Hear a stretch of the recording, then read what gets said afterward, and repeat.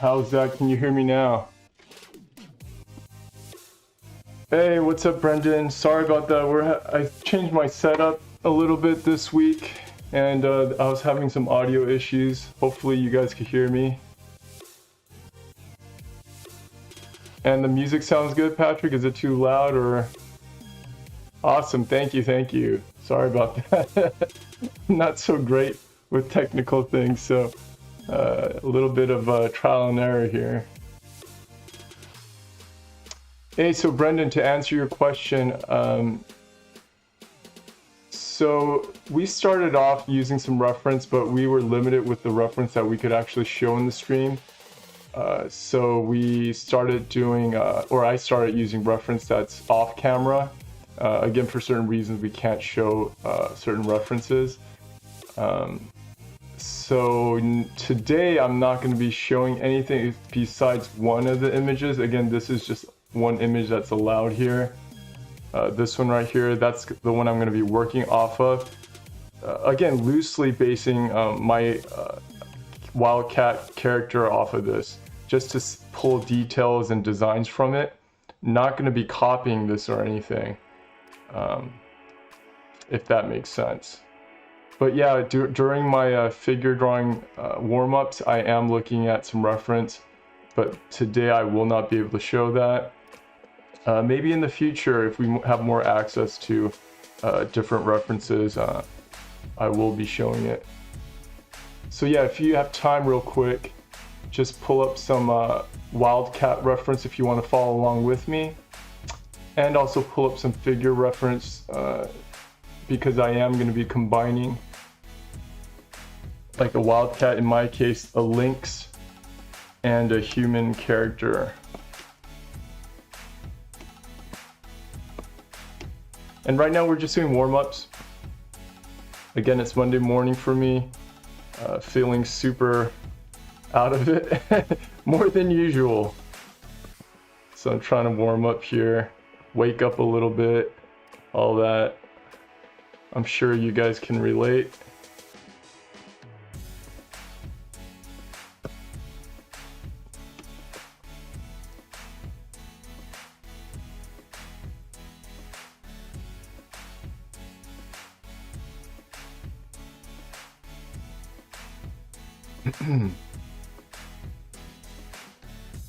Where are you from, Brendan?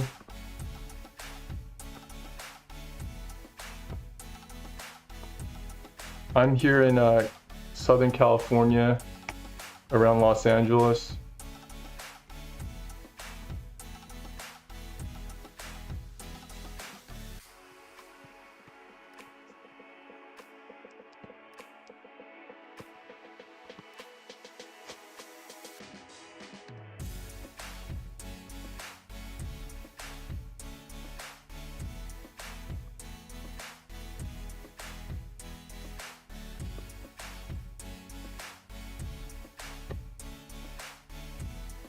I'm gonna do another study of this, just a looser one. Feels super stiff still. Sometimes we get concerned about like doing pretty drawings right, even when we're doing warm-ups right. So we want to kind of get away from that. That scale's completely off, so I'm gonna redo that.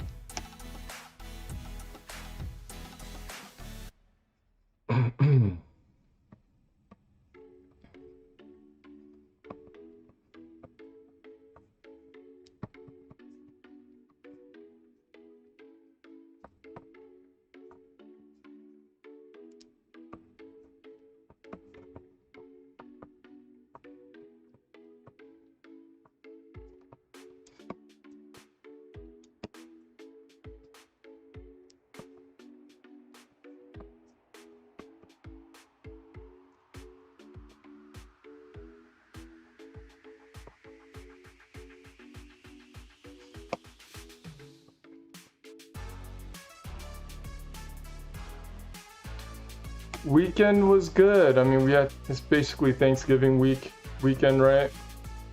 Ate a lot of food, a lot of desserts. My sister's really into desserts, so every family gathering or holidays we have, she's always buying like crazy amounts of desserts. And so I end up eating a lot more than I actually want to. Yeah, we actually didn't eat turkey this Thanksgiving, or actually for a while. It's been like several years since we've eaten turkey for Thanksgiving. My family likes to go to the seafood restaurant or order food from a seafood restaurant. So that's what we've been doing for the past maybe 3 years or so.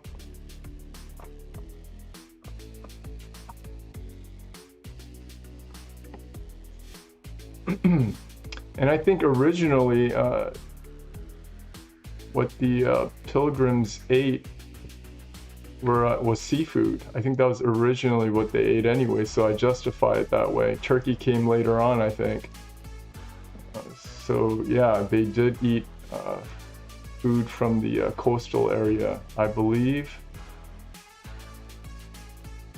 And then they marketed turkey, and everyone bought into it and started eating turkey. At least that's what I know about it. Hey, what's up, Margaret? I prefer seafood anyways over turkey. Turkey's not something I really look forward to. It's alright, but I just prefer seafood.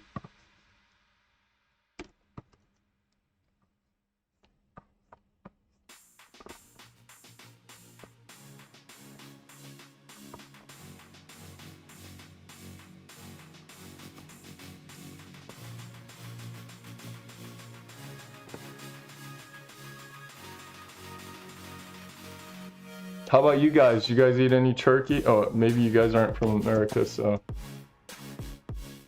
Any one of you guys like turkey?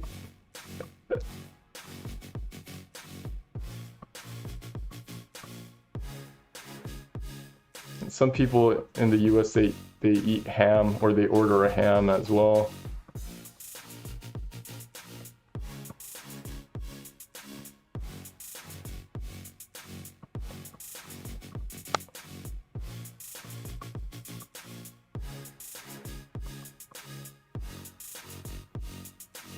And over the weekend, I went to, after eating a bunch of food, we had to walk it off, so we went to a place called the Arboretum, right around where I live. It's basically like this huge park with plants and trees from all over the world, and you just walk around. They have a waterfall and all that stuff. So we were walking around there, and I was playing Pokemon Go with my son. So I don't know if my son actually looked up at anything while he was walking around. Sorry, I'm a bad parent.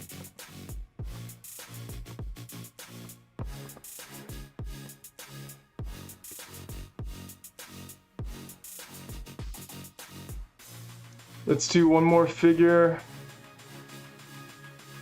and then I'll probably do some quick cat studies just to loosen up, just for fun.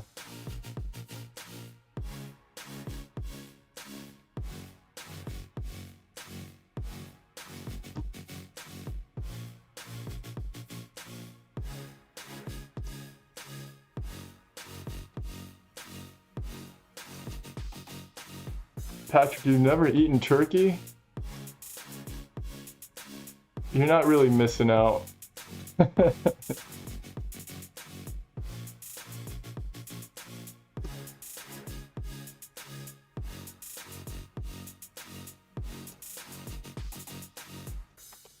Kevin, hey Kevin. Is drawing something you can learn, or is it a talent, and where can I start if possible to learn? For sure, drawing is something you can learn, just like really anything. That's what I believe, at least. It is talent as well. Talent is what really, I mean, this applies to anything in life, right? Not just art or drawing. It could relate to sports, it could relate to really any kind of skill. You can start off with a high base talent, where your skill level is higher than the average person naturally. But if you practice, you're just going to get that much better, right?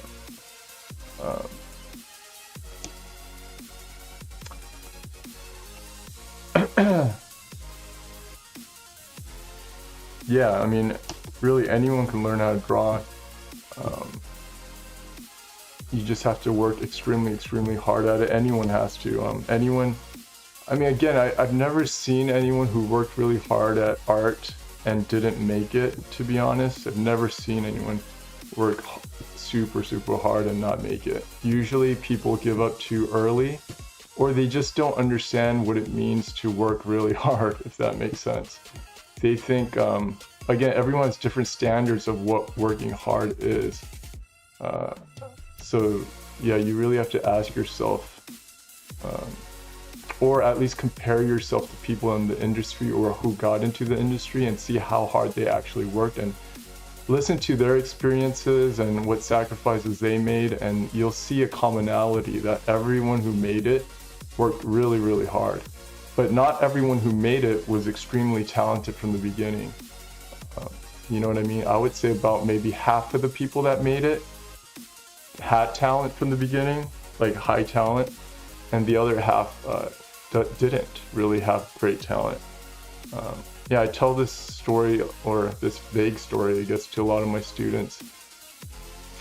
There were a handful of students in my class in college, at Art Center College of Design, who I was much better than. I was the, top in my class at the time, and all those other guys that I never even considered as a competition, a lot of those guys surpassed me because they just kept going. You know what I mean? They never stopped working hard. For me, after I got a job, I kind of relaxed. I did other things, and of course, everyone has different priorities in life, right? What we choose to focus on is all different, and that's your choice, your personal choice, right? So I'm not saying one way is better than the other, but if you're talking about, again, can you get better as someone who doesn't have strong talent from the beginning? Yes, you can surpass a ton of people with higher talent than you, for sure, and I see it all the time. And where can you start? Start drawing everything and anything. Like, like what I'm doing right now, pull up reference, photo reference, good photo reference. Sorry, I can't show it, but just draw anything and everything. That's how you start. Don't overthink it too much. At a certain point, is there a way to work smarter? For sure, you can work smarter. But again, some people overthink it. You just got to start somewhere. And then as you're working hard and drawing everything you see, then try to think of ways on how you can work smarter. And again, one of those ways, the obvious way, is working with a mentor, of course, because when you're at a certain point in your drawing journey or your artist journey, right, you do want a mentor, because that's going to really push you to the next level quickly. That's what I would say. But if you're at a pretty low level, I would say just start drawing everything. I don't know if a mentor could necessarily help you that much if you're at a low level where your foundational skills are not strong enough. In that case, I would just draw and draw and draw every day for hours a day. Like at least minimum, I would say 4 hours a day. If possible, do 8 hours a day, right? Every day, just draw. And again, there's so many resources online, YouTube, and everything. There's demos that people do, tutorials on painting, all that stuff. It's up to you guys to look for those things, right? Back in the day, I didn't have those resources. We had books, of course, but not much online. But nowadays, there's almost too much, right? There's almost too much resources where you don't know where to look because there's so much stuff. So again, don't overthink it. Just start drawing, start somewhere. Just like, yeah, you guys get the point. All right, so I'm gonna be doing a study off of this one real quick. It'll be super quick. It's just a warm-up again. But again, even doing these quick warm-ups gets, your brain will retain something. Maybe not everything. Ideally, I kind of want to slow down and do a study, but for time constraints, because we have time constraints, I'm obviously not going to do that. I'm just trying to retain something by observing. I could just sit there and stare at the photo as well, and I'll get something out of it. I'll try to observe it, you know what I mean? See the shapes, see the proportions, everything. The little details that I notice, that what makes this look like a cat or a wild cat or a lynx, right? That's what I'm trying to get out of it. But of course, drawing it makes you more hyper attentive to what you're looking at, because you're forced to be more attentive because you have to draw it. You have to transfer it onto your own page. So you have to somewhat understand it to be able to draw it, right?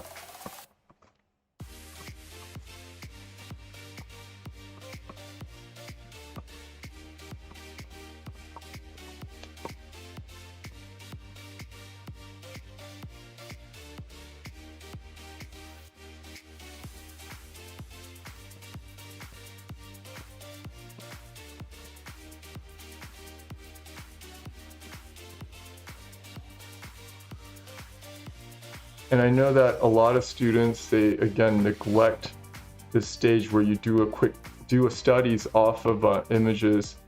So for example, if a student were to do a wildcat humanoid hybrid, a lot of students, they'll just pull the reference up and they won't do studies. Or they'll just look at the reference, right, and try to kind of transfer over what they see.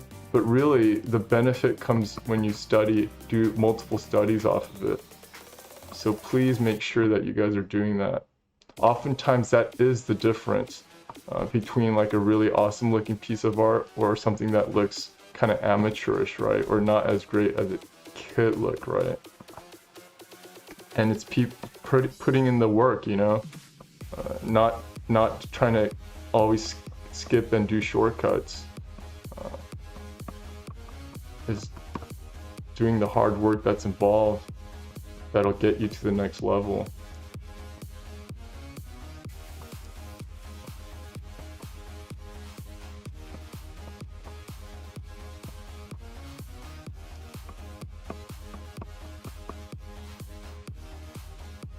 All right, let's do one more study off camera.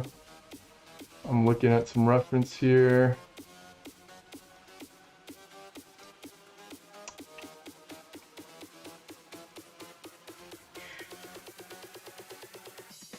Oh, hey, Shalom. Yeah, can't show the reference because of Twitch, really. YouTube should be fine, I think. But it's because we're streaming this on multiple platforms. Yeah, so I apologize for that. In the future, we are going to come up with things where we just show things on YouTube, and we will be sharing the reference.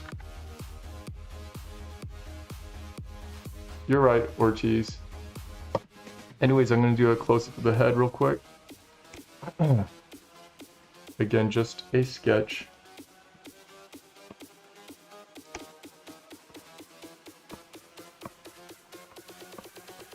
But again, I suggest that you guys just look up some Wildcat references right now, real quick, while I'm doing these sketches.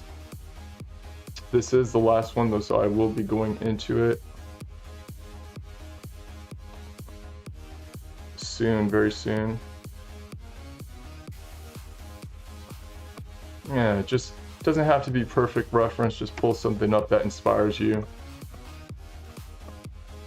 to do a Wildcat humanoid. Again, in my case, I chose a lynx. They look pretty cool. I was actually trying to like really see the difference between a lynx and a bobcat, and they look quite similar overall. I think the lynx has these like pointy ear thingies, but yeah, they look kind of similar.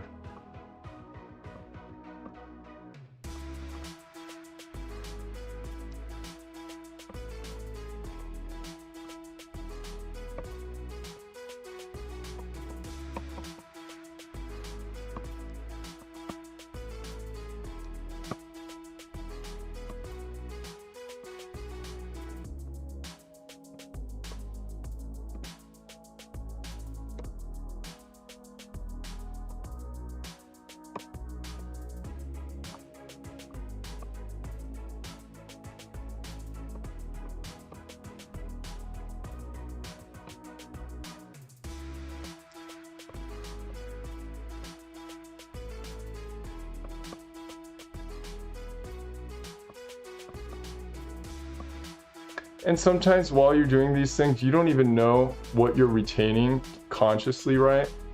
Like some things consciously, I'm thinking, okay, like look at the angle, the shape of the eyes, right? That's interesting. It's interesting how it all goes black here, and you just see the iris kind of. Like I'm noticing little things, like I see these like bulging muscles in the face here, like in the forehead area. So I'm noticing things for sure. But then there are plenty of things that my mind is picking up on a subconscious level. So that's something that you guys want to understand too. Maybe like because sometimes when you guys do studies, I think you guys think, oh, I don't even know like what I'm learning. And of course, like you should try to be conscious and aware of what you're learning. But my point is that sometimes even though you don't know consciously what you're picking up, your brain is picking up certain characteristics or just visual, creating a visual library in your head, even though you're not aware of it. So just keep that in mind. So don't be discouraged if you're like, wait a minute, I don't even know what I got out of this study. The more you do it, you are picking up things. Anyways, let's stop there for this.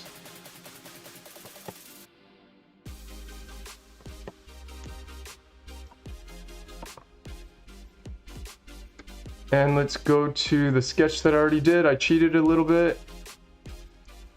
It's just that I was already working on this. I was just sketching around while I was waiting. And I already came up with something that's okay, so why not go with this? But I'll hide all the layers and show you what I did so far, or the process. Nothing complicated or fancy.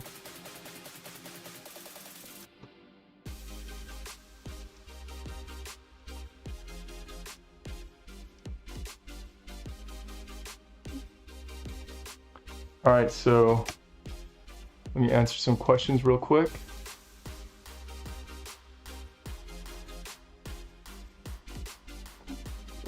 Yeah, turkey's pretty, yeah, it's basically dry chicken, like a giant dry chicken.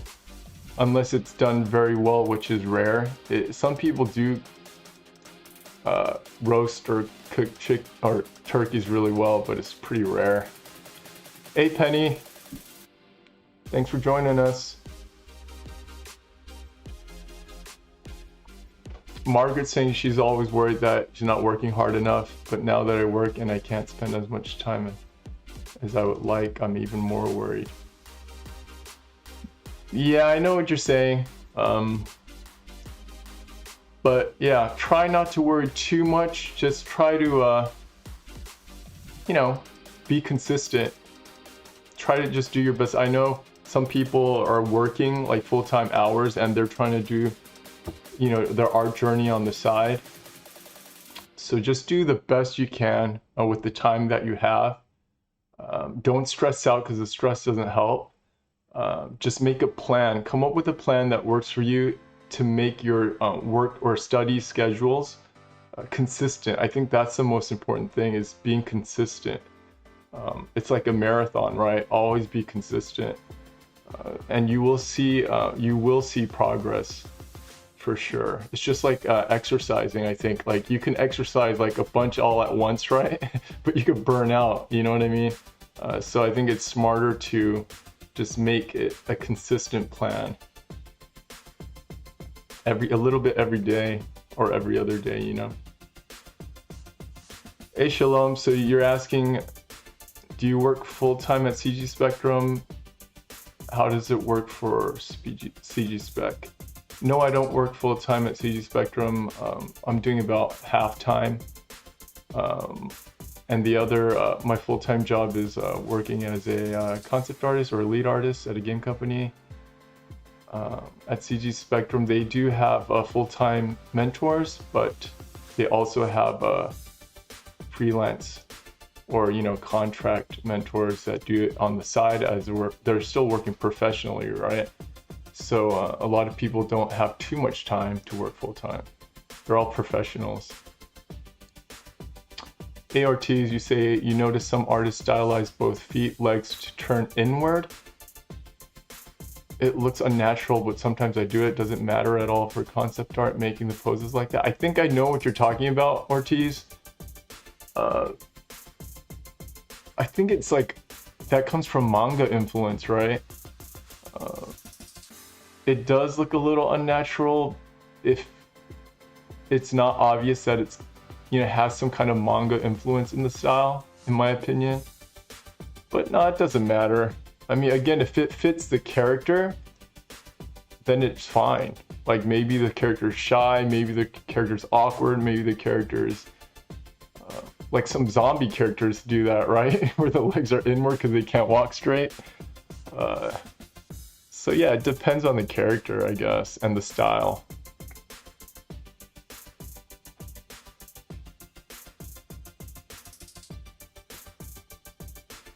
Hey Shalom, I already answered your question. Yeah, sorry, it's because of Twitch, I believe. They don't want us to use any references.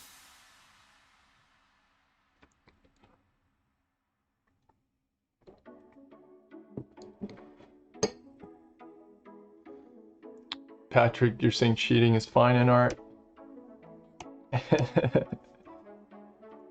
It depends. I've been working at CG Spectrum for, I believe, 1.5 years or so.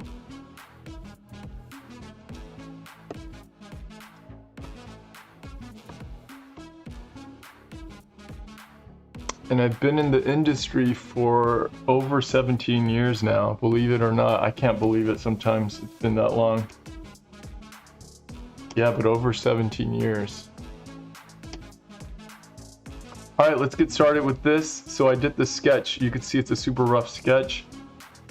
You can see how loose I am, and me personally, I don't care, or I'm not concerned about a pretty drawing at this stage. I'm just trying to make a solid pose that works for what I want, and then once I have that, I'll clean it up.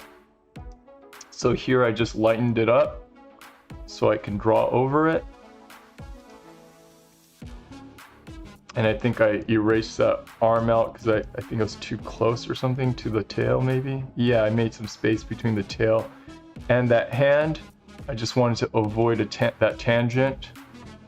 And here I'm refining the drawing a little bit, trying to figure out the muscles a little better. And then I quickly jumped into blocking the silhouette out on a multiply layer, just to get a better sense of the silhouette pretty quickly before I even finish the drawing. And I know the face is pretty much going to be like a cat face, maybe some human influence into it, but mainly cat looking. And here I started off with a basic, human body. It pretty much looks just human, right? So I wanted to change it up a little bit at least to make it look like there's some cat anatomy into it. So I kind of pushed down the clavicle area right here. So I angled it down more. Like maybe a normal human, the clavicle would just be up here, right? But then I angled it down and it made the chest more narrow and a little bit longer like that. And I made sure to make the trapezius muscle, this trap area, a little bit longer as well. And I might shorten up the bicep a little bit more because cats, they usually have a really short upper arm area. So I'm going to experiment with that as I go. Of course, the hands look a little different, a little stubbier. And of course, this part of the anatomy of the lower leg foot area I've changed up. But we'll go with this, all right? We'll keep it fairly simple. Of course, there's many different ratios of hybrids you can do. It could be more cat-like, it could be more human-like, depending on, what you want to do with it. I'm just gonna go with this one. Let's see. Oh yeah, and here I was adding some more, trying to figure out the fur a little bit.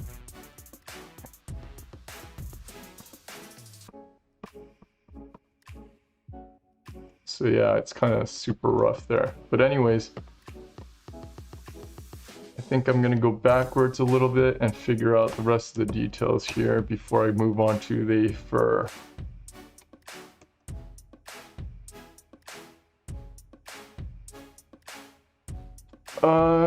Yeah, there are a lot of fun times. I mean, it's a really fun industry to be a part of.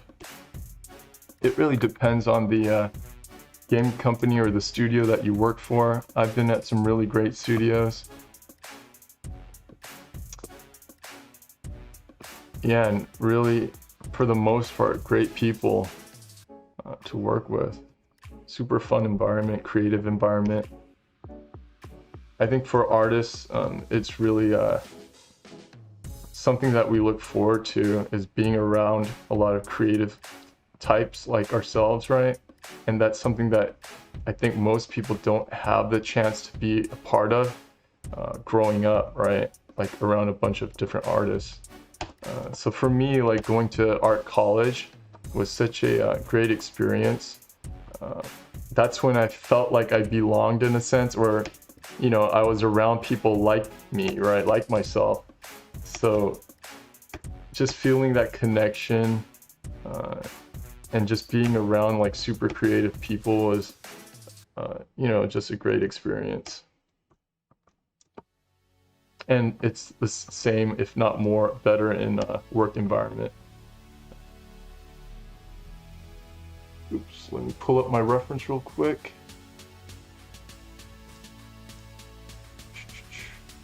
Yeah, when I'm looking at these pictures of different links that I have, it's interesting, they all look different.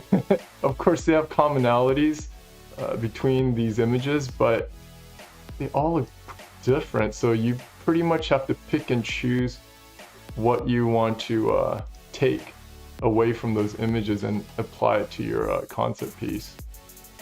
So I'm taking a look and observing them and seeing what I like about each image.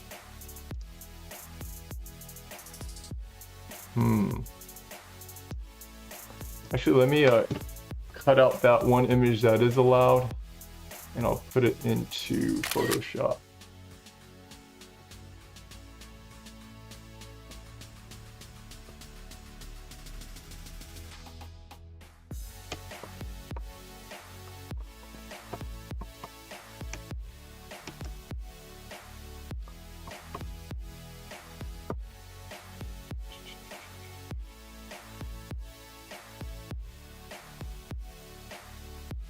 Again, I'm just observing my images right here. Really, observation is a huge part. I mean, I can't really do it here on stream because it'll be super boring. But sometimes I'll just stare at an image for, 5 minutes, trying to figure out in my head what I want to take away from it. Here, I'm going to just stare at it for a minute maybe. But yeah, observation is such a huge part.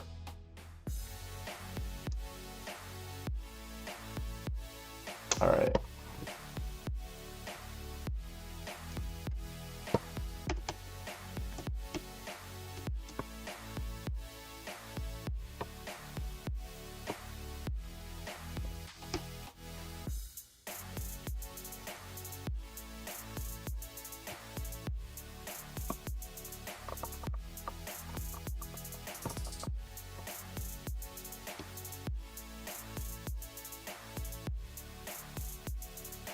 Hey, what's up, Rushback?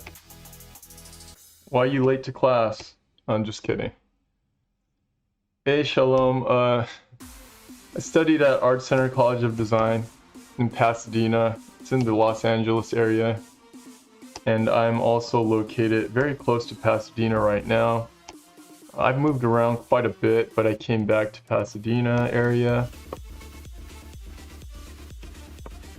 I actually really like it around here. It has a mix of like more urban areas, rural areas, and then it's close to downtown Los Angeles, and there's a lot of art schools around here, so a lot of creative types around here as well.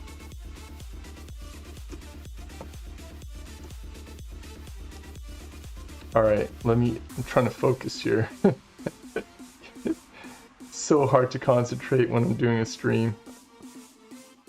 And really, concentration is so important when you're working on stuff like this, or anything really, right? You're gonna see a huge difference in the quality of art that you create, depending on whether you're concentrating when you're working or not.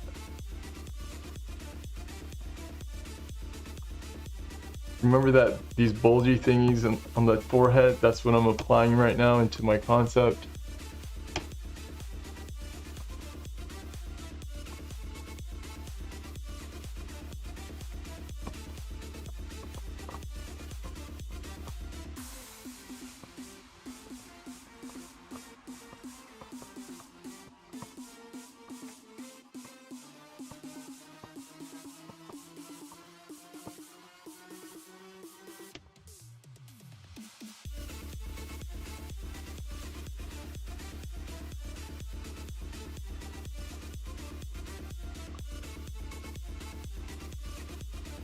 Yeah, to be honest, I think I learned the most in a short period of time in college, more than any time in my life.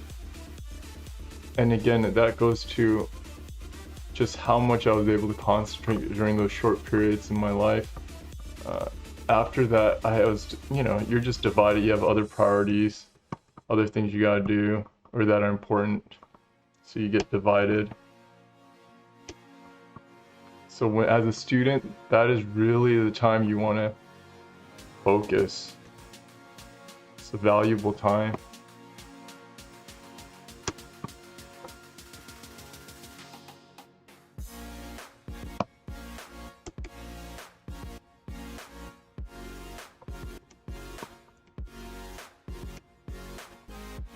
That's probably why a lot of us artists like working at night, right? Like we stay up super late into the early hours of the morning because no one bothers us during that time, right?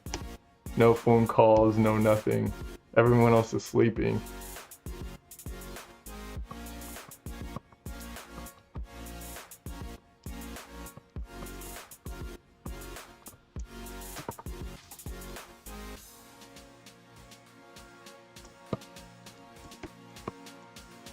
Let's take a look at this.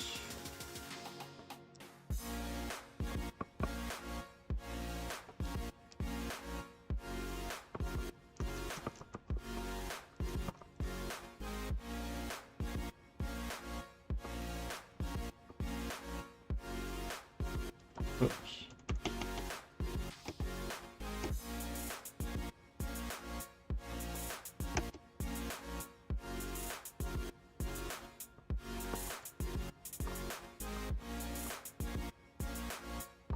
I'm going to change up the nose a little. Again, that's what you want to always understand or know, is that you can do whatever you want as an artist. You're the director, so you could, even if the nose is not exactly like this on a Lynx, I don't care.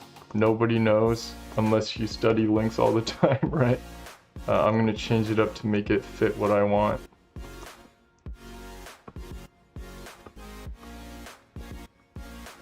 Because this, to me, this really isn't a Lynx man or a Lynx character. It's really a wild cat character, so I could do whatever I want with it.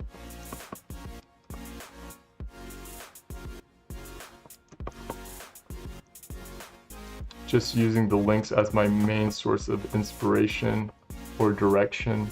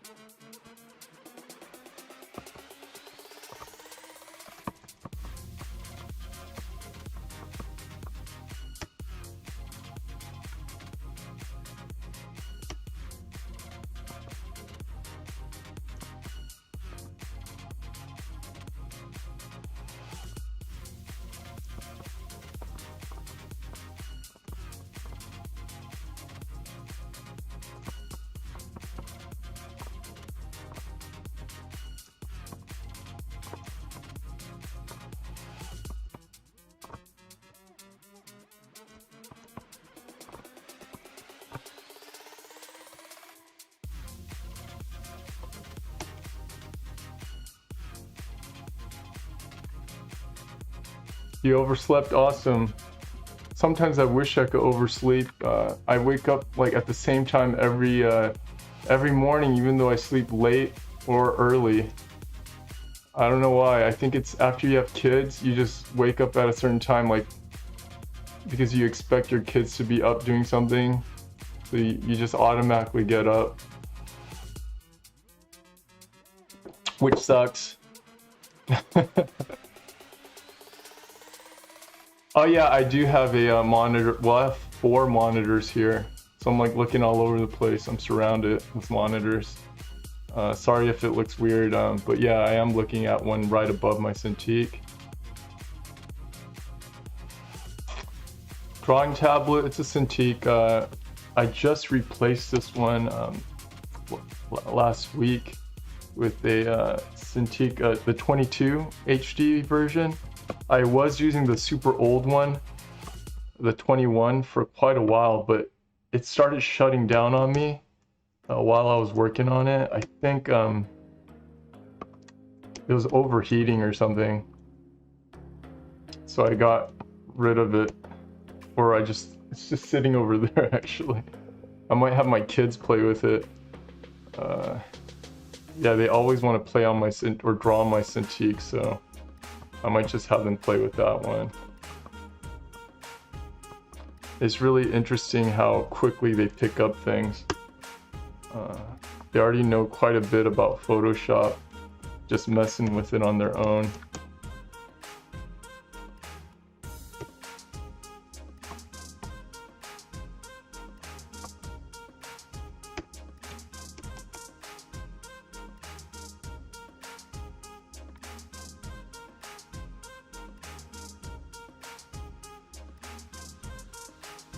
Yeah, Shalom, let me know how that XP Pen 24 Pro is.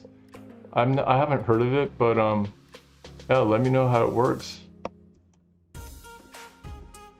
I know a lot of my students have the is it the 16-inch Cintiq? Yeah, I think it's that one. And they seem to like it. It's a good value for a lot of students.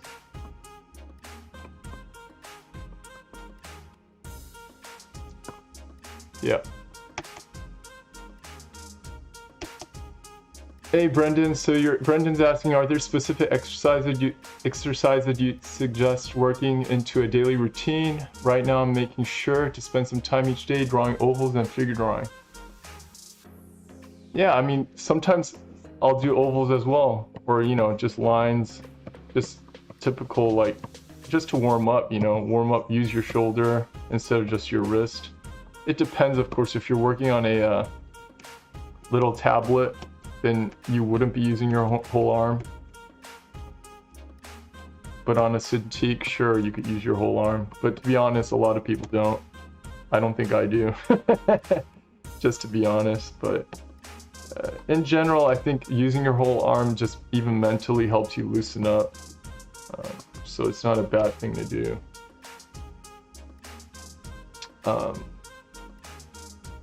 But yeah, other than that, daily routine. It depends on what your goals are too, I think. If you are focused more on character and creature designs, yeah, focus on character design or figure drawings. Again, I do really believe in focused learning. I think it's better than trying to do everything at the same time, like trying to learn environments, you know, doing effects, doing some 3D modeling, and then doing some character designs. Trying to do all of that and learn all of it at once, I feel like is not the best thing to do. Of course, it depends on the person, right?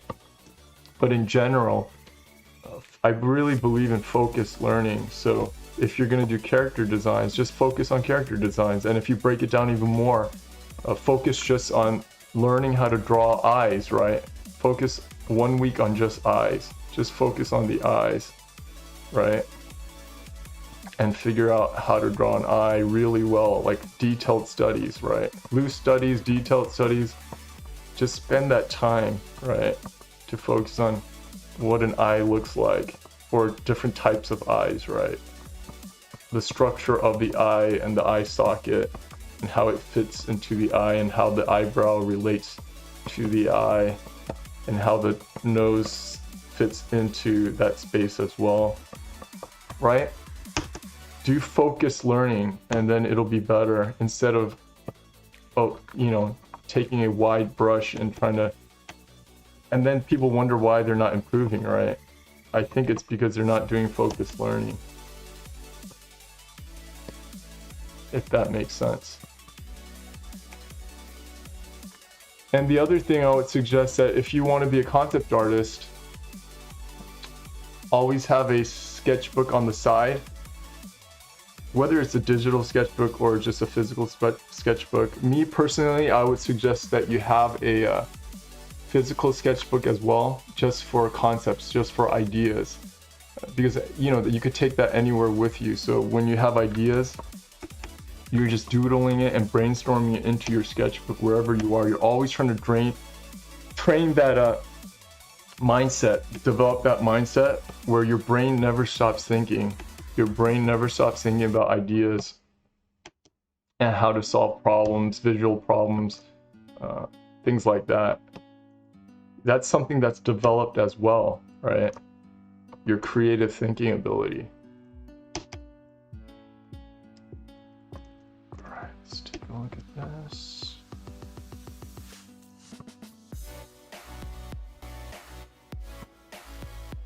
I'm gonna make this neck a lot thicker than a normal human's.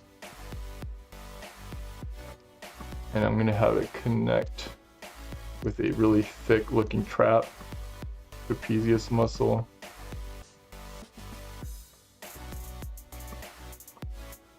And all this stuff honestly might get covered up with fur eventually, but it doesn't matter. This is really how you want to build something up.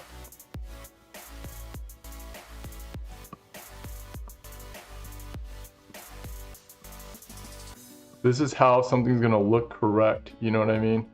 Again, some people will just skip this step, and you don't have to go as tight as what I'm doing. You could keep it loose. But actually, if you're just starting off, I would suggest that you do a tighter drawing, because it's hard to get away with things when you're just starting off. It's not gonna, you know, it's there. You have a higher chance of not doing it correctly. But if you're more experienced, you could get away with doing a looser drawing because you already know what you're doing. But when you're starting off, yeah, do a tighter drawing. And make sure you pay attention to those overlaps.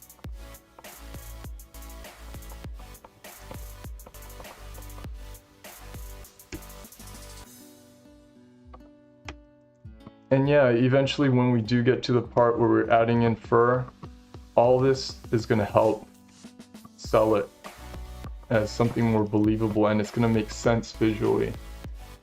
And again, a lot of people skip this step and then they wonder why it doesn't look right. And they try to fix it later. And it's just harder to do it that way.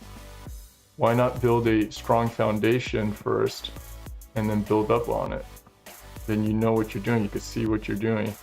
And this way you can manipulate things a little bit more easier later on. Like if for example, you want to do variations of like fur, right?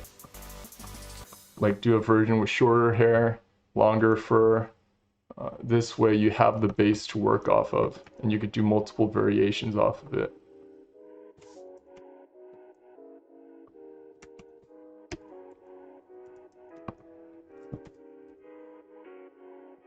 Oh, you have the 16-inch Cintiq, Patrick? How do you like it?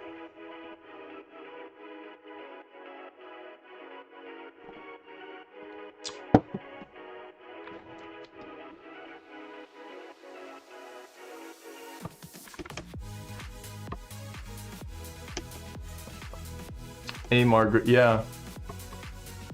Yeah, I think it is a good thing that Cintiq is getting more competition. That is going to improve the products in general. So that's a good thing for all of us. And it's going to lower their prices as well, right?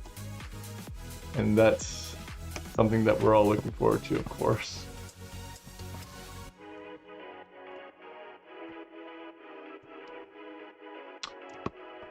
All right, I'm going to try to move a little faster. I'm really going pretty slow here. It is pretty fun for me here just to look at the study these neck muscles and to kind of exaggerate the shapes or kind of manipulate the shapes a little bit.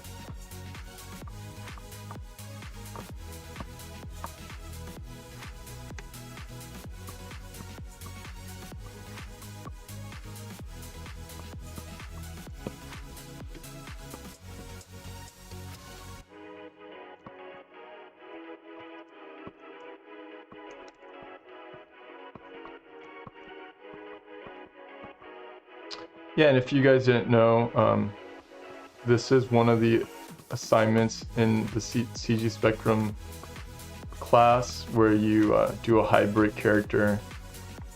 You can choose whatever you want, whatever animal you want, but yeah, just a hybrid character like a mermaid or centaur or something like this, half cat, half human.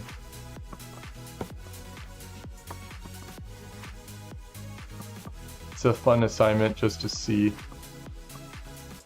what all the different students come up with.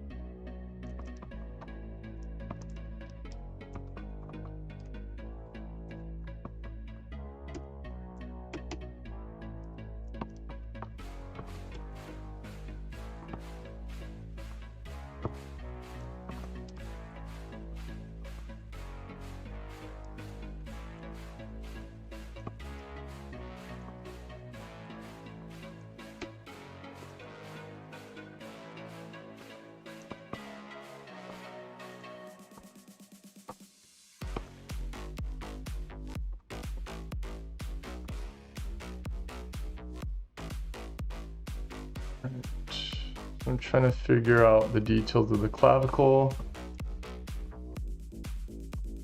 and do the pit of the neck here. And actually, I'm not going to have the clavicle bone pop out so much because there is muscle mass around that chest muscle. So I'm just going to kind of indicate it with that chest muscle mass. Maybe you'll see a little bit of it here, right here.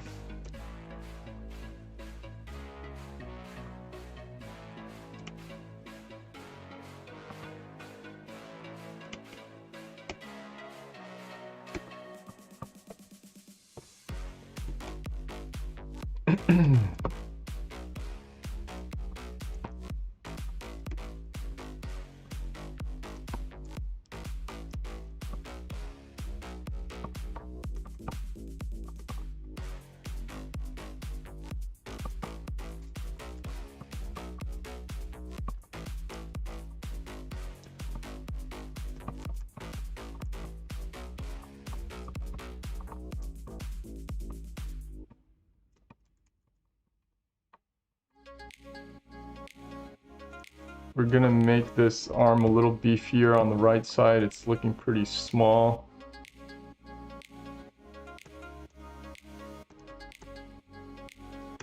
I might pull this whole arm out.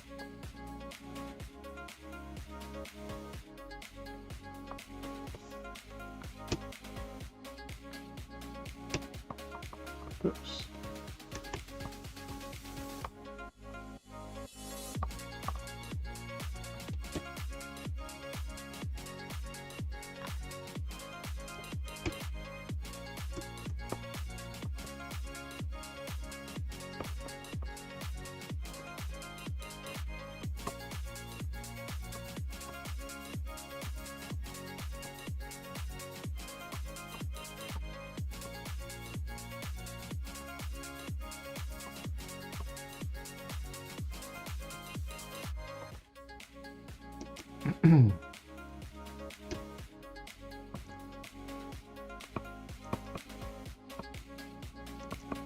I'm not entirely sure what this chest area is going to look like, meaning like the bottom portion of it. I know I want it to be longer looking than a human chest. I'm just kind of, at this point, leave it a bit ambiguous. Later, I am going to have to figure that out. But at the same time, I might add enough fur there where it's not important to figure out the details of it. Because the fur is just going to cover up over everything anyway, so that's why I'm just going to leave it for now.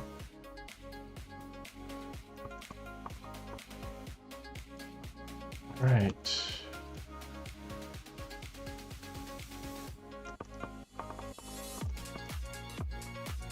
What are you guys drawing right now?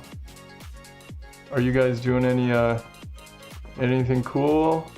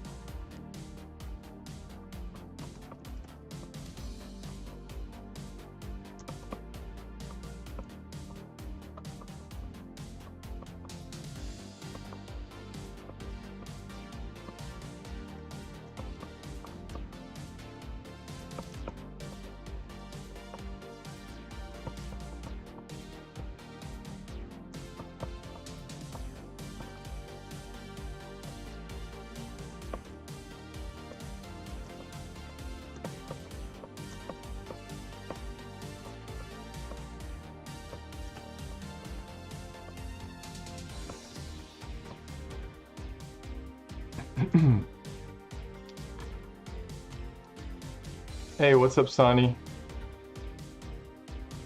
Sani's asking, do you have your own custom brushes that you use on a day-to-day basis? What's your favorite brush?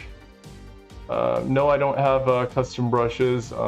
If anything, I just download whatever's available online. I have a bunch of stuff that I downloaded, but to be honest, I don't really use them much at all.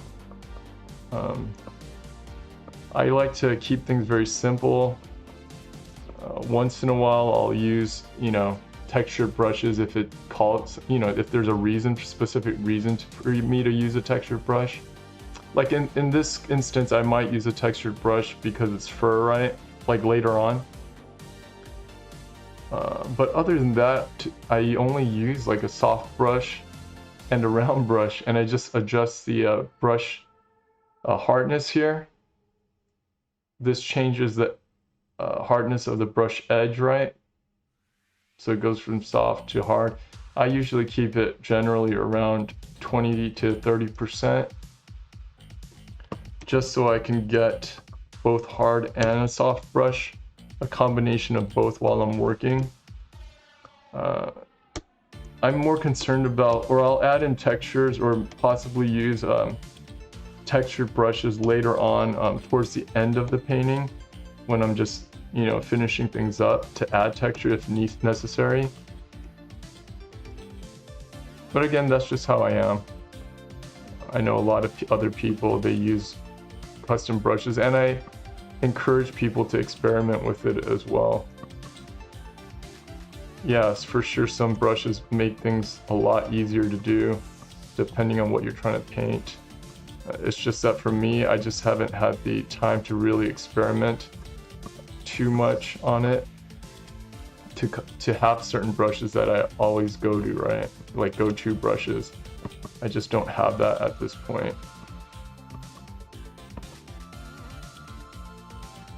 And I don't think they are necessary either, to be honest. Unless you're doing if you're an environment concept artist, then for sure I would say custom brushes are important and necessary, but not with characters.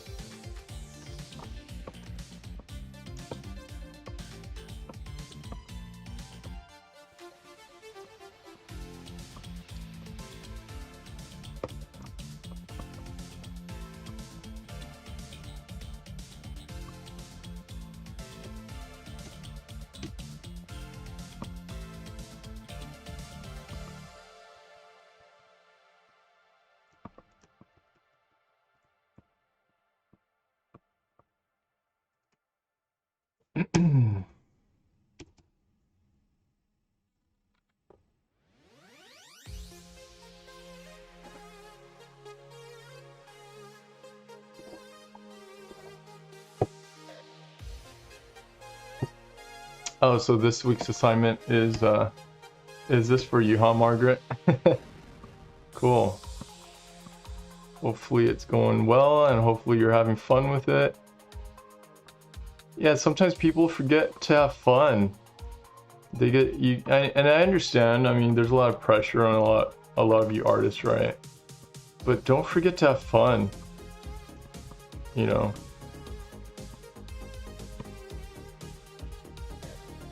I feel like when you're having fun, that's when it shows in your artwork,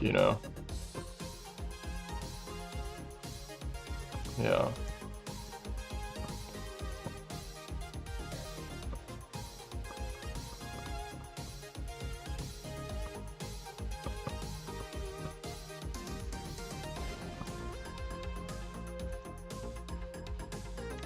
Have fun and experiment. Try different styles, try different methods. Now's the time to do it. As a student, I mean.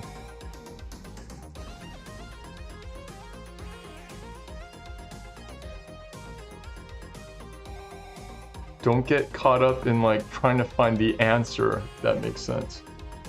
I know a lot of students ask me what style am I supposed to do? What should I put in my portfolio? All these questions, right? But that, in my opinion, that all that stuff comes later, when you're more closer to that time where you do prepare your portfolio. But in the time being, when you're just starting off, just have fun with it. Just crank stuff out. Don't worry about being perfect or anything like that.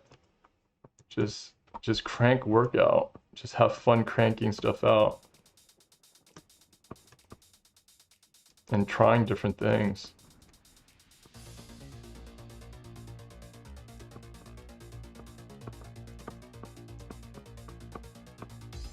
For sure, sometimes I feel like I wish I could go back to just being in like study mode, you know what I mean? Like, where I don't have to worry about deadlines or anything like that. Just having fun, exploring. It's definitely a different mindset. Or it's a mindset that's hard to get back once you lose it, or you kind of shift away from that, where you're trying to just produce all the time.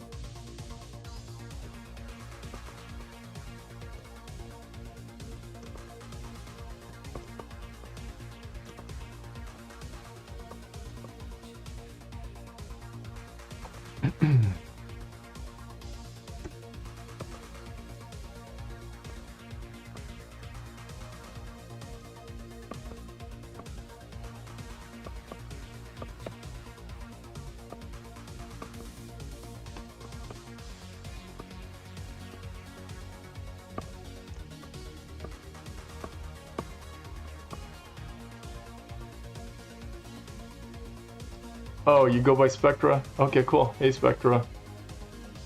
I'll try to remember that.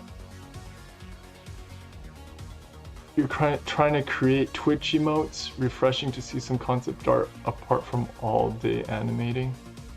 Oh, okay, cool. So you're an animator? Awesome.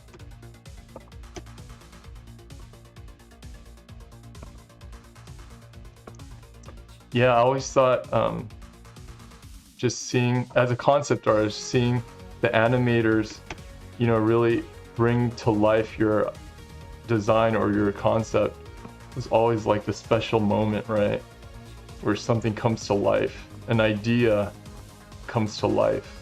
So I always had a great time looking at, you know, the animators at Blizzard play with the models, right? Really bring them to life. It was super cool to see that. See the expression, see the movement.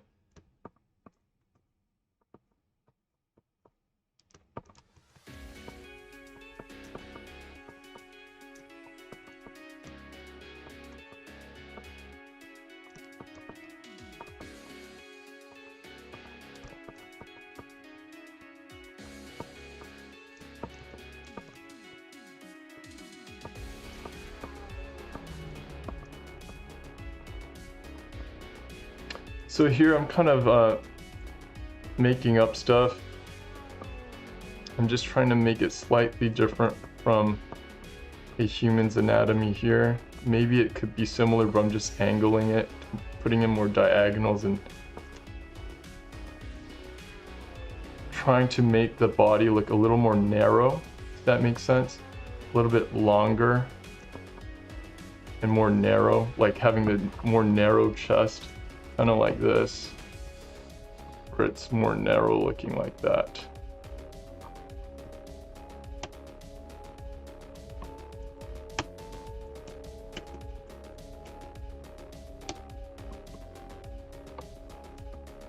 Quite subtle, but that's what I'm trying to do at least.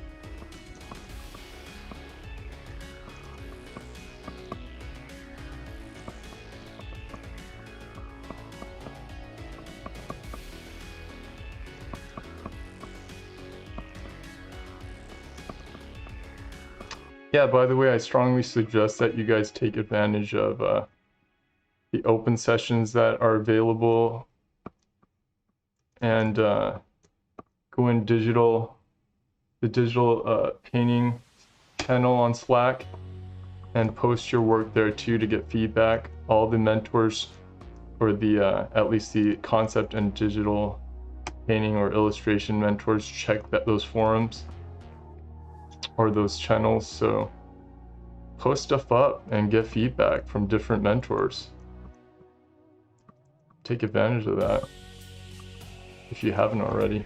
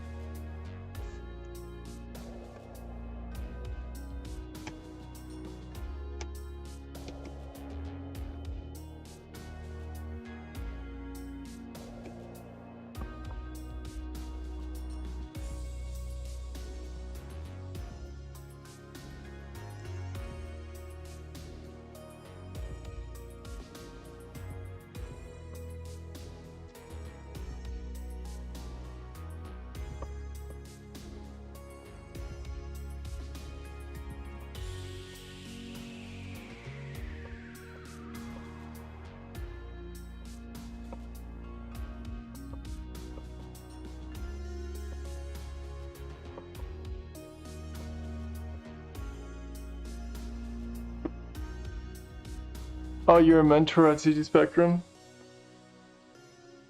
Oh, I think, yeah, I think I saw you posting. Are you a newer mentor? I think I saw you, like, I was on YouTube checking, I was trying to give my description from my previous video just to copy and paste it into this one. I think I saw your recent video or stream on YouTube. Cool. Awesome.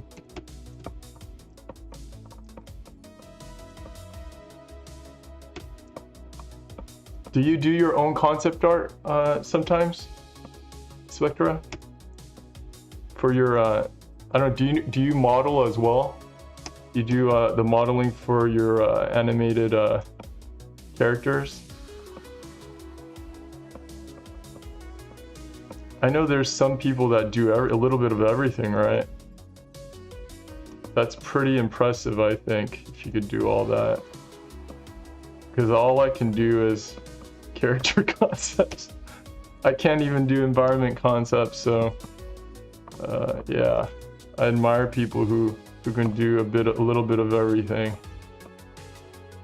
And that must be like a pretty neat thing to be able to do, because you know, you could take your idea all the way to animation. Yeah, there are a lot of people at Blizzard, a lot of artists that can do basically a little bit of everything. Like a lot of the 3D artists could do their own concepts. A bunch of talented people. A lot of the animators could do their own 2D drawings as well.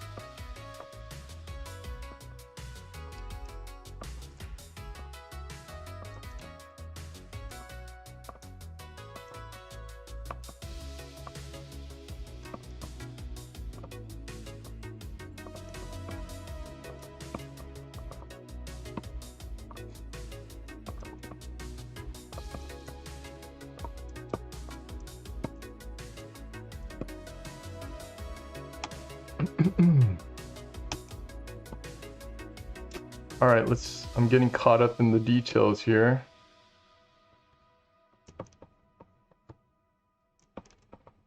Let's keep going.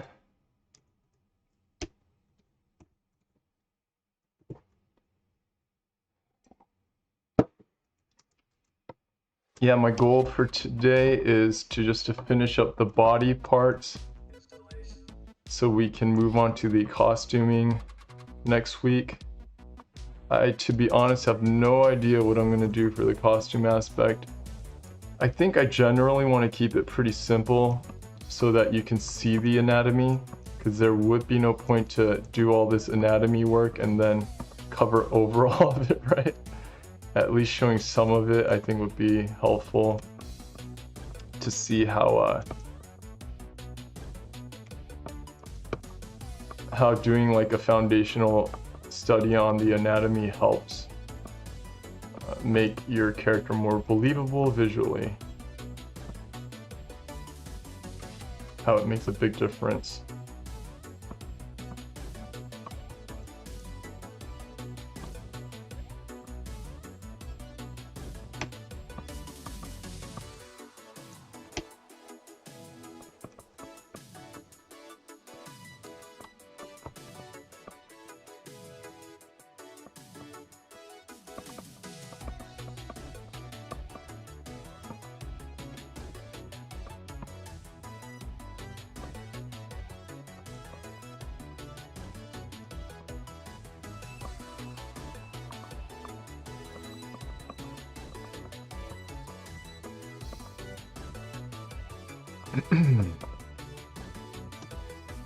All right.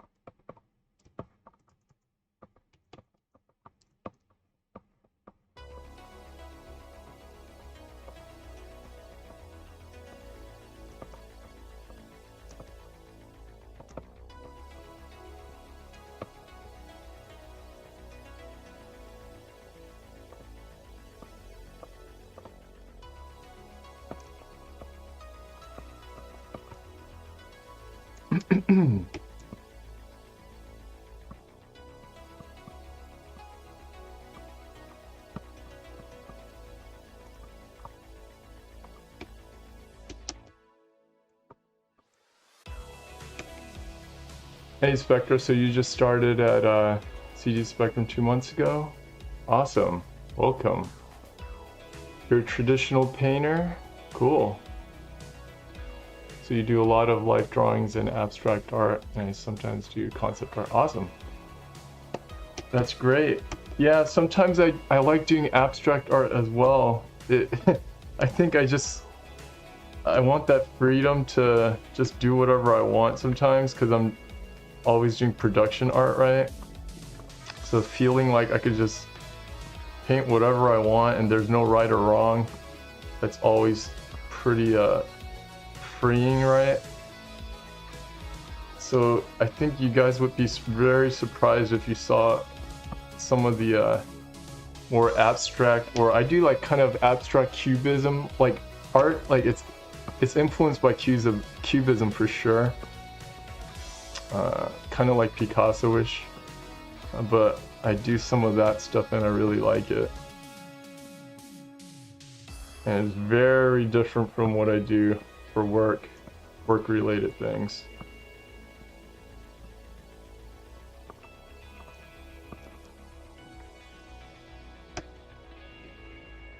And you're saying that you don't model your own characters. You're more focused on the animation and traditional art side. Yeah, that's cool. At least you can do two different things. I can only do one.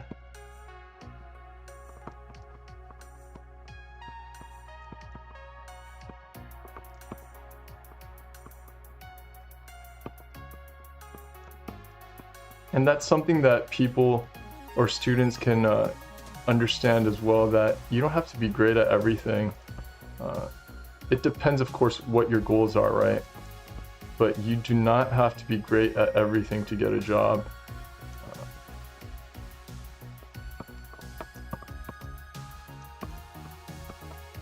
Yeah. Just be really good at one thing sometimes. I tell a lot of my students that at times. Be really good at one thing. Of course, I'm speaking generally,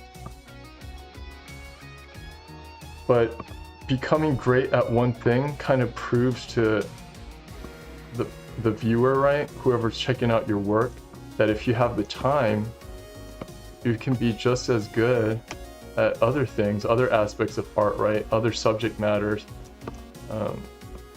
as what that one thing you're good at, right? Eventually you'll be, if you put the time and work into it, you could be great at all the other things too, right?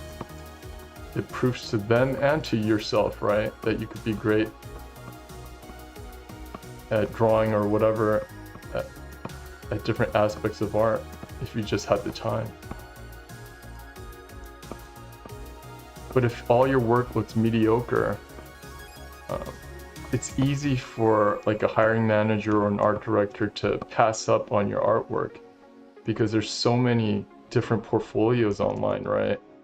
Like for example, if I'm looking on ArtStation, there's so much artwork up there, right? So many different artists. It's easy to pass up on people. You only spend like an average of 3-5 seconds on one portfolio. You take one glance at it, and if there's nothing that stands out, you just go to the next portfolio within 3 to 5 seconds. I'm not even clicking on the images, I'm just looking at the thumbnails at first, right? If something catches my eye, I'll click on the image and explore further, right? To see, maybe this artist is producing some cool stuff. Let's check it out. Let's take a deeper look, right? Closer look. But if everything looks the same, meaning as like whatever's out there, it's just mediocre. Again, it's very easy to pass up, for people to pass up on your artwork. So that's another reason why I suggest to people that it's better to be really great at one thing. But of course, again, it depends on you, your personality and all that, what you're interested in. Some people just love doing multiple things. In that case, go for it, you know.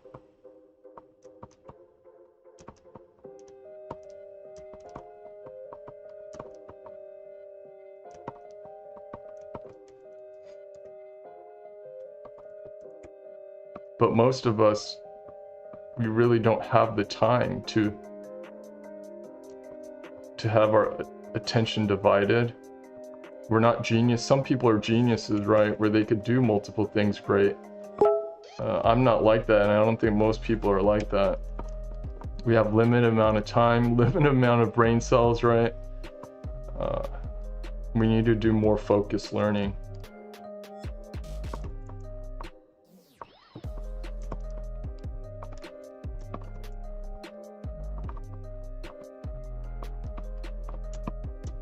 And you can learn everything else while you're getting paid on the job. You know what I mean? Get paid to learn. I always thought that was smarter.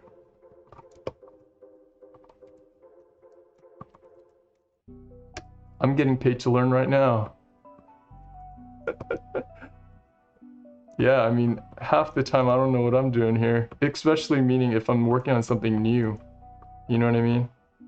On the stream, like if I'm painting something new, it's not like I painted everything, you know. I don't think I've painted a cat creature in my life. Let me think. I've done a panda for the Pandarians for World of Warcraft. I've drawn cats before, like a lion, a tiger, but not a humanoid cat. I don't think I've ever done that. So this is a challenge for me. It's not like I draw like this kind of stuff all the time. So I'm learning as I'm doing this.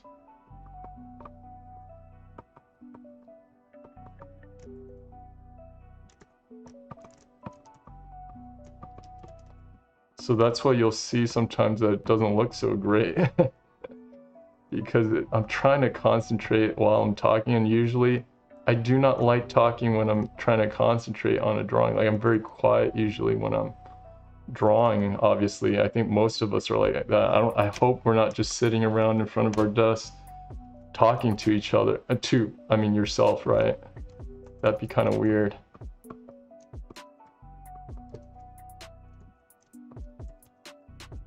You can have internal dialogue, but I hope you're not speaking out loud like I am right now.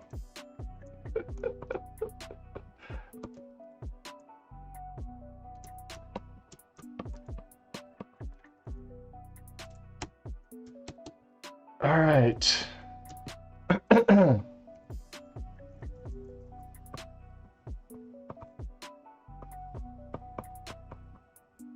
And darken some of this stuff up.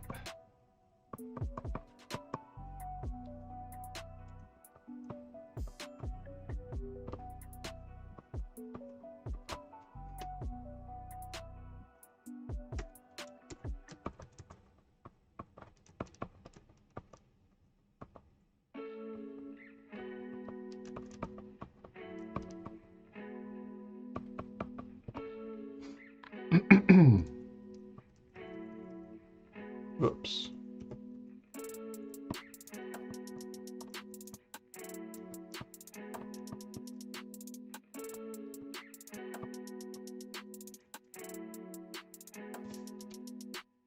Yeah, I went a lot looser down here on the lower body, as you can see. I spent a lot more time tightening up the upper body, the anatomy in the upper body, and really that's exactly what I would do on a job or a task, mainly because, again, usually the main issue is not having enough time, right? You have a deadline and you have to pick and choose what you focus on, and I always choose to focus on the upper body and the head because that's what most people are going to be focusing on in the visual or in the character. So that's where I spend the time. And usually the lighting is going to be like kind of like a spotlight up here. So again, that's where I want to spend the time on rendering. And down here, the viewer can basically fill in the details. If I add in the details here, they'll assume that it looks just as rendered down there. And again, you keep in mind that when you're looking at something, right, you're not looking at everything at the same time. We all tend to look at one area at a time, right? So keep those things in mind. Here, I'm just going to darken that tail, make it like a silhouette almost, up until the end of it.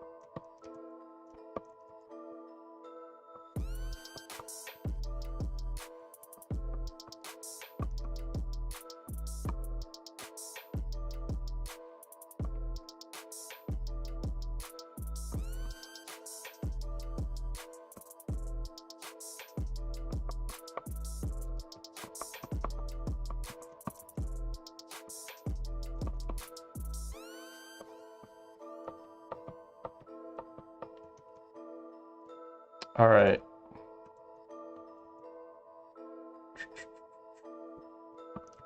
I'm just double checking everything, zooming out and looking at everything, make sure there's no areas that look really off, or checking to see if I want to change anything up at this point.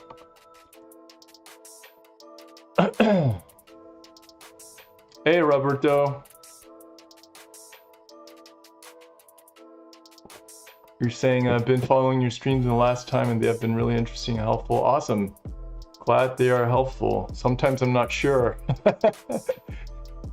Just trying to do my own thing and show you guys at least my method of working, or a few methods that I use. So I'm glad to hear that it's helpful.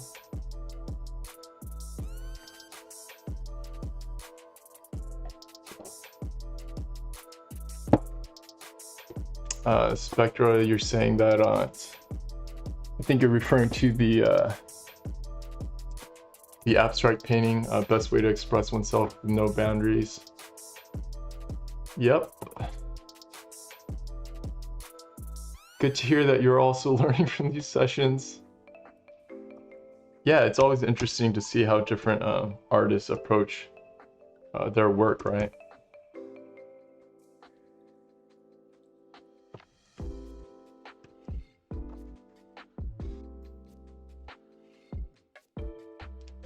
Yeah, Spectra, this was my first time with CG Spectrum, or not this one. I think I started a couple months ago doing these live streams. It's completely new to me. I've never done it before. I don't even hear the music. I know you guys hear the fun music. I don't hear anything. It's just quiet here. I just hear my voice. So I sound like a crazy person just talking to myself. Yeah, it definitely takes time getting used to. For me, the most challenging thing is trying to do something creative while I'm talking. That is like definitely challenging to me. I'm not good at speaking to begin with, so, or like verbally communicating. I'm not great at it to begin with. So trying to do that and draw at the same time, oh man, it's challenging. Yeah. So yeah, I'm certain you'll get better at it. I'm getting more comfortable with it. But yeah, some people are great at it, aren't they? Good for them. But regardless, it's good practice, I think, for anyone, just to get comfortable communicating, and especially if it's helpful to people, right? It's pretty rewarding to know that in some way you are helping someone out there.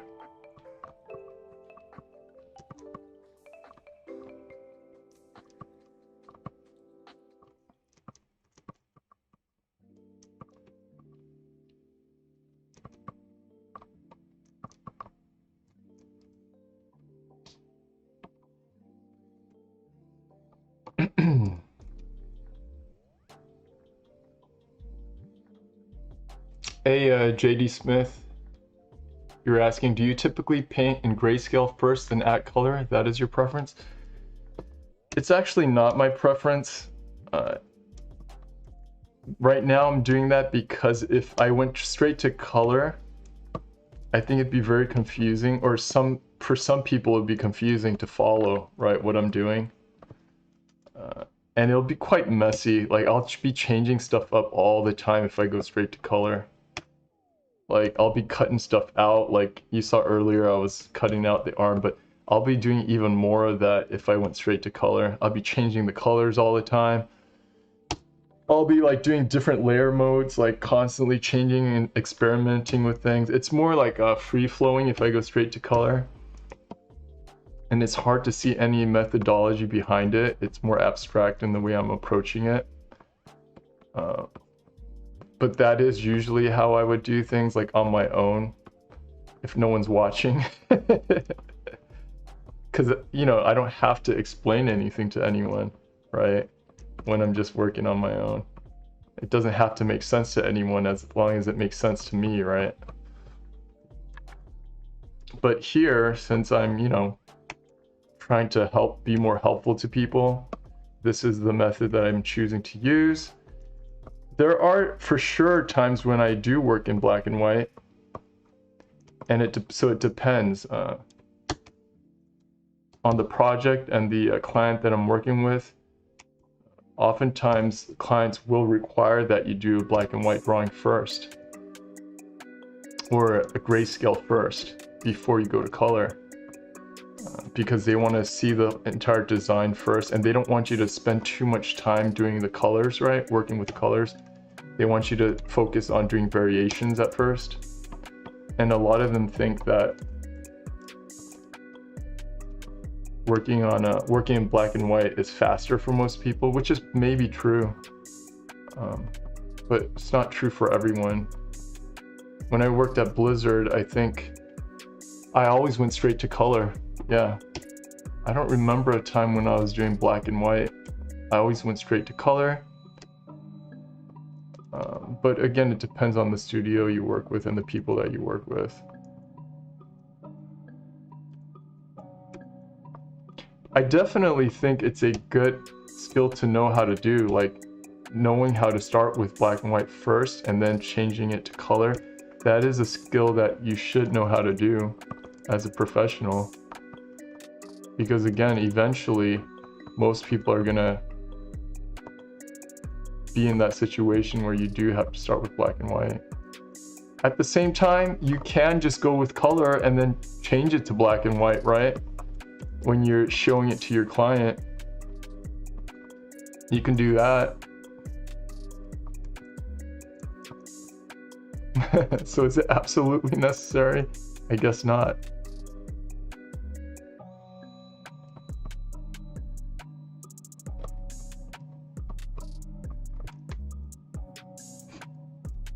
So here I've kind of decided that the lighting is coming from the top left. Right here, so it's coming from this angle, from the viewer's angle.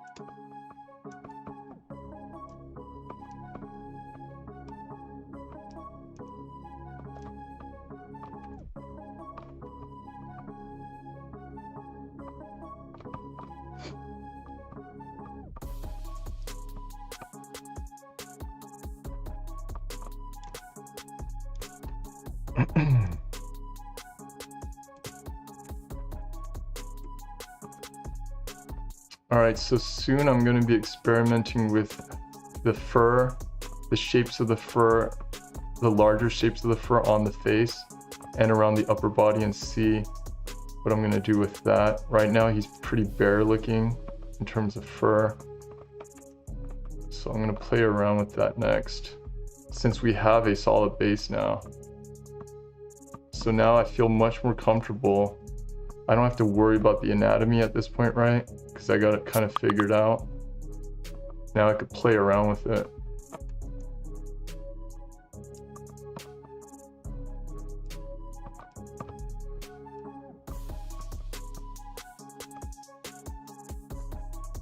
I'm just double checking the anatomy around the face on the reference. Not that I'm trying to copy again, but just making sure I'm pulling in the features from the cat that I want.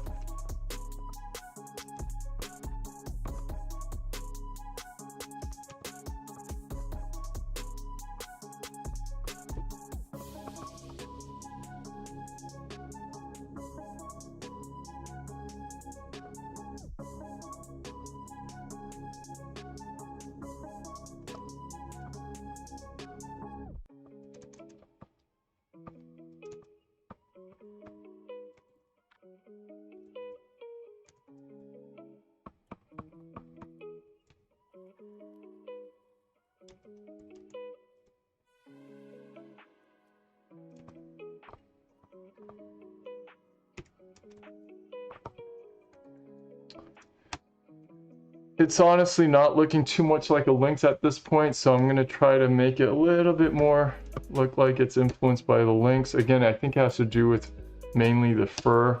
I haven't played with it yet. So let's try that now. Hey Roberto, you're saying you're also at CGS and doing last week's revision on the human animal creatures, so it's kind of refreshing to see your take on something similar. Cool, yeah, I mean, there's a wide range of things you can do, right? I like seeing people do stylized stuff as well. Here, again, I'm just trying to make it closer to realism, I guess, than stylized. just because I'm using reference here for this particular stream. But yeah, it'd be cool to see what you do. Yeah, post it in the channel on Slack through the digital painting channel. Spectra saying she absolutely feels happy to meet new people, and for sure it's rewarding to help people. I am finding a good balance to be more informative and at the same time have conversation with them. Yeah, that's a good it's hard to find a good balance, right? But it's for sure rewarding, yeah. Yeah. And again, I think every mentor is going to have a different style of how they teach or how they do streams, right? And it's completely cool, again, to see different approaches, different styles of teaching, different styles of streaming, right? It's all good to see that there's no one right way of doing it, right? At least that's how I think. Some people may disagree, but you know. All right, so let's get started on this first. I'm gonna check my reference real quick. Again, the reference that I have, all the fur looks a little different. So I'm gonna pick and choose what I think looks cool. And always take it in and digest it. Digest the information or the design that you see. Don't just try to copy it. It's so easy to pick out images or concept art where it looks like the person just looked at the reference and straight up copied it and threw it in here, you know what I mean?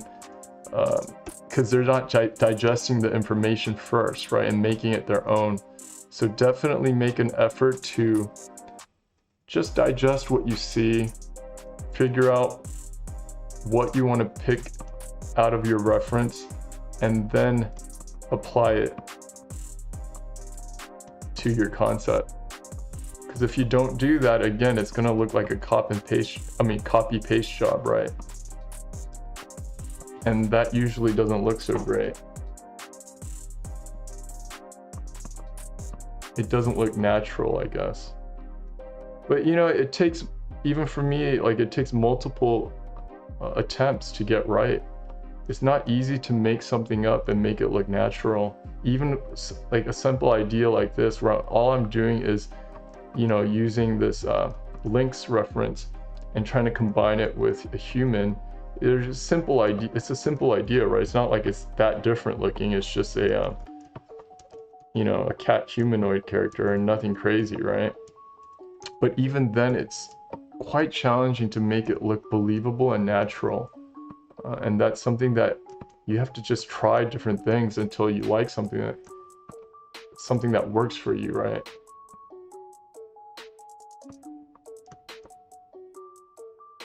So try multiple things before you commit to it. Like right now, what I'm doing is I'm just trying something out. I'm not committed to it yet. I'm just trying to see if the flow of the fur can work for what I want. It might be too much, actually. As I'm doing it, I'm realizing, that's gonna look too crazy. But let's just try it. Definitely, as a concept artist, you can't be afraid of trying different things. Just try it. Stop wondering and just try, right?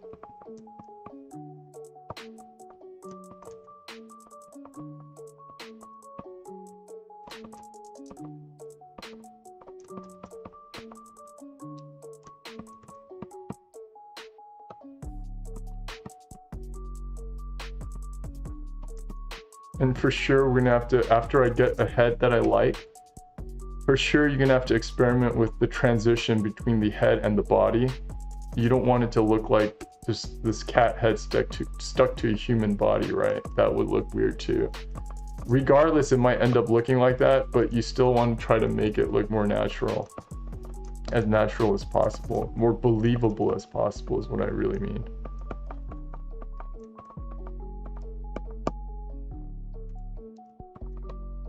I'm gonna see if I could exaggerate some of this stuff too.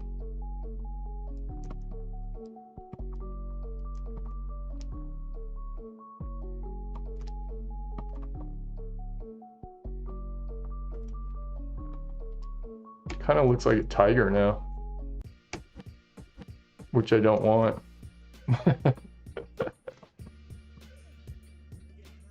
It might be because of the nose as well. I decided to change the nose up, but maybe that wasn't the best thing to do.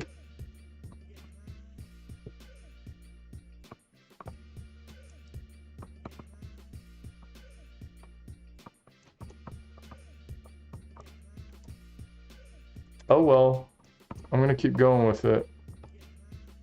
I think if I stick to the reference, it's gonna look more like a normal cat, which I don't want either. I want it to look more like a wildcat. So I'm gonna have to choose the direction I want to go.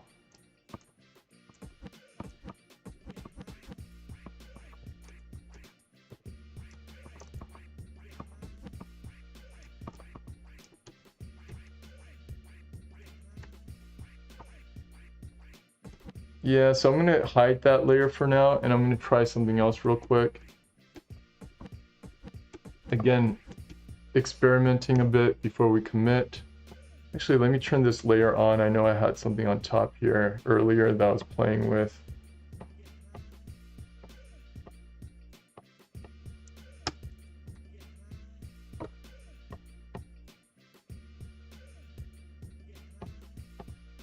Kind of like that too.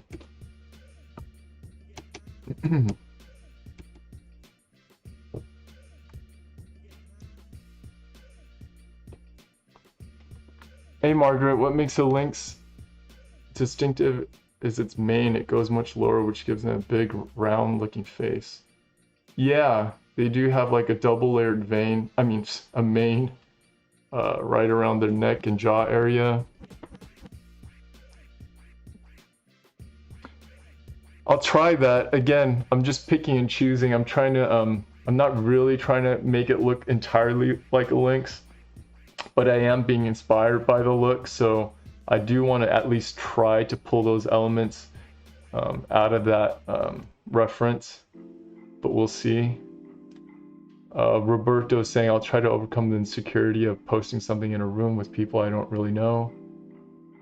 Yeah, for sure. We all feel insecure. You know, you'd be surprised, even professionals, a lot of professionals, I think most, if not all of them, feel some sort of insecurity, you know, of posting things, or especially like what I'm doing here, drawing in front of people. I mean, I think I should be better than this, right? But you guys see all the mistakes I make and all that stuff. So yeah, everyone, I think it's okay to feel insecure, but you definitely have to overcome it, and meaning you just do what you got to do, right? And you learn from it.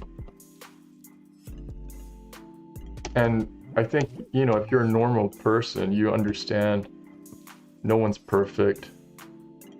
You know, we're all learning. We're all still learning and growing as people, as artists, whatever, you know what I mean? So what's the big deal? Right? But yeah, for sure, I would really encourage you guys to post if you haven't. It just benefits you, you know? You get the viewpoints from different mentors, and you put yourself out there to get your name known, start building relationships with people who are in the industry. And a lot of these people, like your peers here, are going to be in the industry as well, right? So why not start building relationships with them now? Doing that is a huge thing in your future. Like I've told a lot of my students, a lot of my jobs came from just knowing people, having relationships, being friends with people in the industry. I'm not making friendships for that purpose, but that's just naturally what happens. People like you and they like working with you, then they'll, you know, recommend you when they're working at a different game company.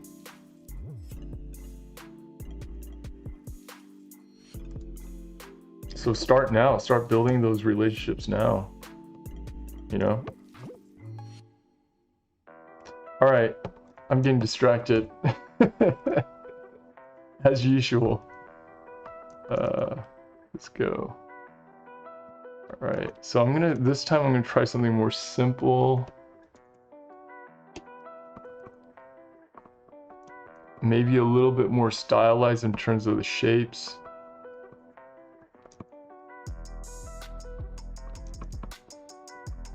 And see if that works or not. We only got a few minutes left here, so yeah, if you guys liked what I'm doing, please subscribe and like this video. It does help the school out. So please take a moment to do that.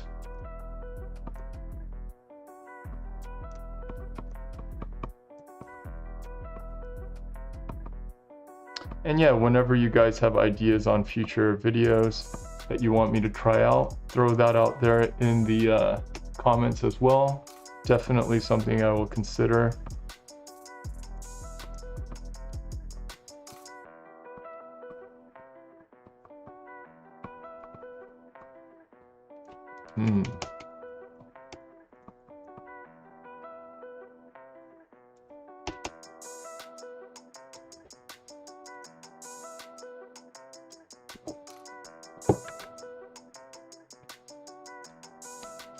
Hey Roberto, no worries. You know, I'm not trying to put pressure on you or anything to post, or I don't think people are trying to do that.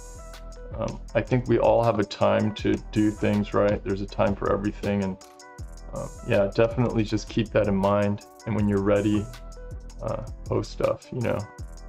I was forced into doing this. I mean, sorry, I don't want to give you guys the wrong idea, but through this job, right? Not forced, but you know, I was encouraged to do this. I was given the opportunity to do a stream, right? I could have said no, I guess, but you know, I took it as a learning experience, right? I said, okay, you know, I don't feel 100% comfortable doing it, to be honest, right? But why not, you know? Why not try it? It's something that I could learn from, and it's something I want to try. So just getting out of my comfort zone, right? Pushing myself to do something that, yeah, I would like to do, but I honestly feel uncomfortable doing at the time. But it pushed me to do it, and I'm glad, you know, because I did learn things through this experience. I'm sure I will continue learning through this experience of streaming.